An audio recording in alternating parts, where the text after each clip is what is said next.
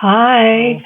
If there's a difference in measurements, you're using up your yarn in circumference rather than give the inside measurement, which is basically measuring TIC, because I needed to fit based on what I could, this TIC, because I can actually, and so here are the 10, these appear in alphabetical order using a single skein.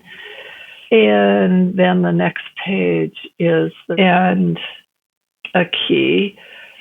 So then, at long last, you finally get, and we move on to the next, and my chart is wrong.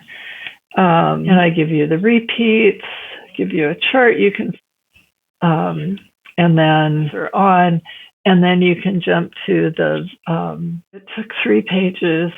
It's really simple. So then here, and so I put here's the exact same finishing. I haven't decided